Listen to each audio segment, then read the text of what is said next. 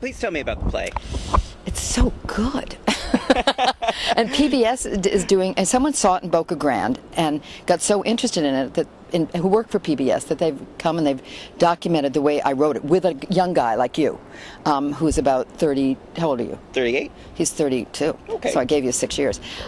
He and I both wrote this together, but it was based on my book, which I'd already written, and you know, we had more fun doing this play, and it really worked. I mean, it's really sad because you have aging parents and you deal with them, and it's really funny. It has a lot of guiding light stuff in it, a lot, even a lot of clips of Somerset, the first show I was on. Yes. A lot of some Somerset, a lot of commercials when I was in my 20s, when I was doing commercials that are just hilarious when you see what commercials were like in those days, you know. And then a lot of as I said, a lot of guiding light footage. Now, is this play going to be something that we can see? Yes, it's in Cape May, New Jersey in August 17th. Okay. And a lot of the actors are coming. Philip is coming down, and hopefully Alan. I've offered Alan free tickets if he'll come. I know he's away. Will this be an ongoing play? Then it's going to Atlanta for 2 weeks, from September 25th to October 8th. Okay. So, you know, I don't know where it's going, but it seems to be taking on a bit of a life of its own. And fans have already called in for tickets because I put it on Twitter, and they've already sold some tickets to fans, which of course I love. Wow. I mean, that's just fabulous, you know. Can you tell me more about Changing Shoes? Well, the idea being that, you know, we start off in pink capuzios. That's what I start off in. And then I go to Paris. My parents send me to Paris because they don't want me to be an actress, and they send me to Paris. But unfortunately, they sent me to a friend of theirs who was my mentor in life, but she was wonderful and wild, and she owned, my parents didn't know any of this, but she owned this wonderful club called the Crazy Horse, which you probably are too young to know about, but go home and look it up. Okay. It was really something.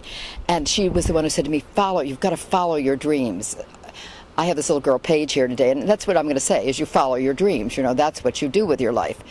And she really inculcated me with that. So I went back to New York and started following my dreams, and I was and that's when she bought me black Chanel high heels.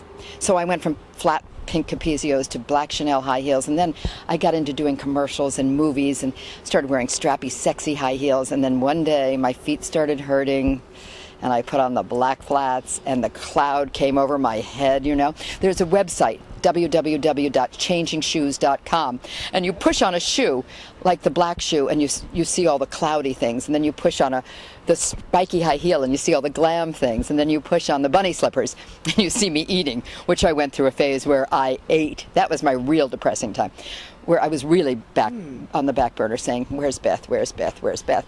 And eating chocolate chip cookies and brownies, and my son had gone to Iraq, my parents were dying, I was taking care of everybody, and I literally gained, I think, 40 pounds. Would you say that's about right, Nitty? 30 or 40. I had a great time doing it, though.